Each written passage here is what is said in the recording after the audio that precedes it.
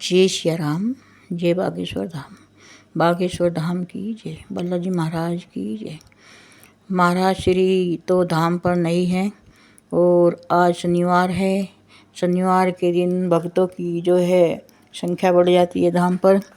महाराज श्री पितृपक्ष में गया के लिए रवाना हुए हैं और उससे पहले वे काशी, विश्वनाथ काशी में गए और वहाँ पर जो है एक रात जो है मणिकर्णिका घाट पर जो है एक रात में वहाँ रहे और हर वर्ष की तरह हर वर्ष वो एक रात मणिकर्णिका घाट पे जो है रहते हैं।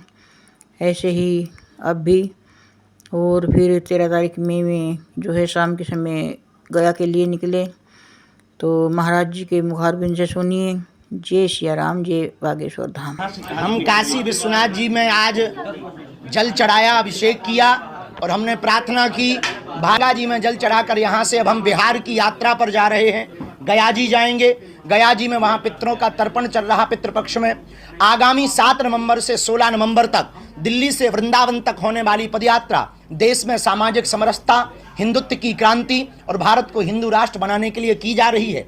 इसी के लिए हम काशी में सतुआ बाबा आश्रम में हमारे पूज्य जगत गुरु जी जो अभी महाकुंभ में जगत गुरु पद पर आसीन हुए, परम पूज्य जगत गुरु रामानंदाचार्य पूज्य गुरुदेव श्री तुलसी पीठाधीश्वर भगवान की सानिध्यता में, और आज हम सतुआ बाबा आश्रम में बैठ करके माँ गंगा से भगवान काशी विश्वनाथ से प्रार्थना कर रहे हैं और संपूर्ण काशी के निवासियों से प्रार्थना कर रहे हैं, भैया इस पदयात्रा को हमारो निमंत्रण स्वीकार करो, आपको आवो बहुत जरूरी है। 24 घंटे में 1 घंटा तुम्हारा हिंदू राष्ट्र हमारा में शांति की स्थापना के लिए सनातन ही एकमात्र सहारा है जिससे विश्व में शांति स्थापित की जा सकती है और नेपाल को पुनः हिंदू राष्ट्र राज सत्ता के साथ घोषित होना चाहिए। यही हम भगवान से प्रार्थना कर रहे हैं और संपूर्ण भारतवासियों से प्रार्थना कर रहे हैं कि पदयात्राओं के माध्यम से वैचारिक क्रांति होगी, विचारों के परिवर्तन से सामाजिक समरसता होगी, सामाजिक समरसता से हिंदू एकता होगी, हिंदू एकता से भारत अघोषित हिंदू राष्ट्र है वो घोषित हिंदू राष्ट्र होगा।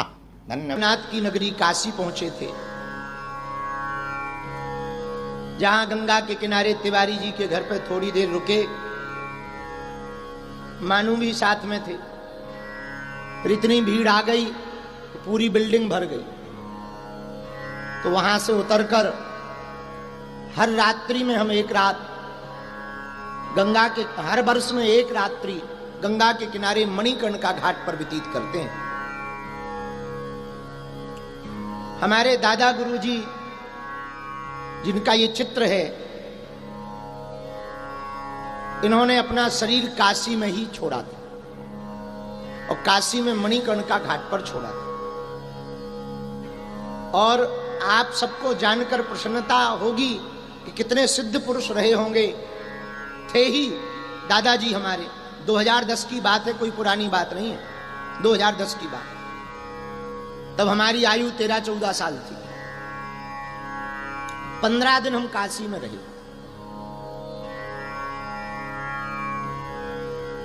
रात को अकेले निकलते थे मणिकर्णिका की गलियों से, गोदौलिया होते हुए दुर्गा कुंड जाते थे, मानस मंदिर जाते थे, संकट मोचन जाते थे, फिर वापस आकर के शीतला माता होते हुए रात को ही वापस आते थे।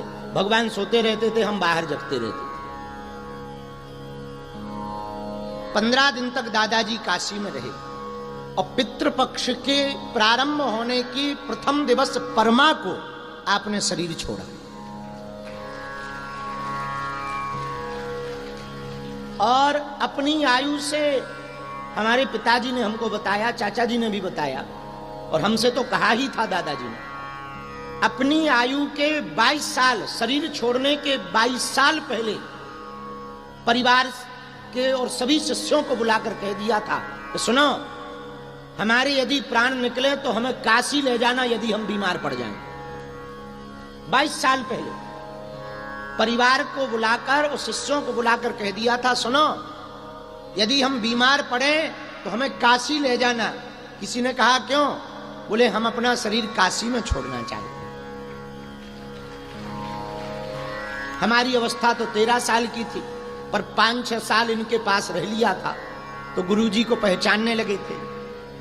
गुरुजी को जानना मुश्किल है, बस हाव भाव जानने लगे। पन्ना जिले में एक जगह है चौमुखनाथ, आपके पास होगी, शायद आप गए होंगे। गंज सलेहा से, सलेहा है, सलेहा से गंज है, गंज से चौमुखनाथ है, जहां 4 मुख में हनुमान जी हैं, शिव जी, शंकर जी, 4 मुखी शंकर जी हैं, और सामने सन्यासी बाबा का स्थान, वहां के सन्यासी हैं। उसी के सामने वाली पहाड़ी पर जैन मंदिर है, बहुत बड़ा तीर्थ है, चौमुखनाथ। उनका नाम चौमुखनाथ है। चौमुखनाथ इसलिए पड़ा क्योंकि शंकर जी के 4 मुख, और चारों मुख बड़े अद्भुत हैं। बड़ा प्राचीन मंदिर है। अंत समय में दादाजी हमारे वहीं थे, वहीं से अस्वस्थता हुई, वो तो लीला थी, तो घर आए, गड़ा बागेश्वर। सन्यासी थे, निर्मोही अखाड़ा से साधु थे, तो घरों में प्रवेश नहीं किया, बाहर ही रहे। बहुत चेला जजमान भगत थे, तो वो सब आते थे मिलने के लिए। अवस्था हमारी छोटी थी, तो गंज में हमारे ताऊ जी रहते हैं। उन्होंने कहा दादाजी को लेकर, इनकी इच्छा थी काशी के लिए, तो सबने हाँ में हाँ मिलाई। हमारे तो मन की हो गई, क्योंकि गुरुजी ने कहा ही था कि हमको काशी ले चलना। सन 2010 की बात है, जमाना था, गाड़ियां तो थी नहीं, तो हमारे गांव में एक भी जीप नहीं थी, कार नहीं थी। अब काशी ले कैसे जाएं, शरीर शिथिल था दादाजी का। 5 किलोमीटर दूर गंज है, वहां जीप किराए पे मिलती थी, कार, मार्शल कार चलती थी, आप लोगों ने नाम सुना हो, मार्शल। 8,500 रुपया में वो बुक की, हमें आज भी याद है। बीच वाली सीट में दादाजी को लिटाया। लगभग 13-14 घंटे काशी आते आते लगे, क्योंकि रोड उतनी ठीक ठाक नहीं थी तब। मणिकर्णिका घाट में सतुआ बाबा के आश्रम के सामने एक धर्मशाला थी पंडित जी की, सामने लल्लू की कचौड़ी बिकती थी, और पूरे मुर्दा वहीं जलते थे, मसाने का धुना, और मुर्दा चले आ रहे, राम नाम सत्य है, वहीं कचौड़ी खा रहे, सो धक्का लग रहा है। वो भी अलग आनंद है काशी का, मणिकर्णिका घाट का।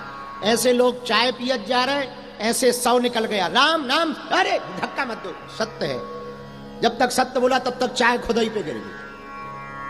कल हमने रात को वो चाय फिर पी, पर किस्मत ये थी धक्का नहीं लगा।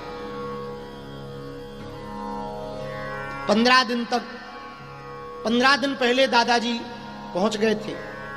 15 दिन तक पितृपक्ष का इंतजार किया दादाजी। 2010 में पितृपक्ष की परिवार को होंठ हिलते रहते थे, आंख जरूर बंद रहती थी। हमारी माता जी भी गई थी। प्रश्न भेजा कि आप हर वर्ष काशी में मणिकर्णिका घाट पर रात क्यों गुजारते? हमको अपने गुरु की बहुत याद आती है। वो हमसे दूर नहीं है, ये बात सत्य है। वो कहीं गए नहीं है, ये बात सत्य है। लेकिन वो दिन भूले नहीं भूलते। इसलिए साल भर में एक रात मणिकर्णिका के किनारे हम रहते हैं, जहां पर एक एक दिन में 500-500 हजार 100 जलाए जाते। एक बात कहें, गुरु की याद बड़ी मीठी हो।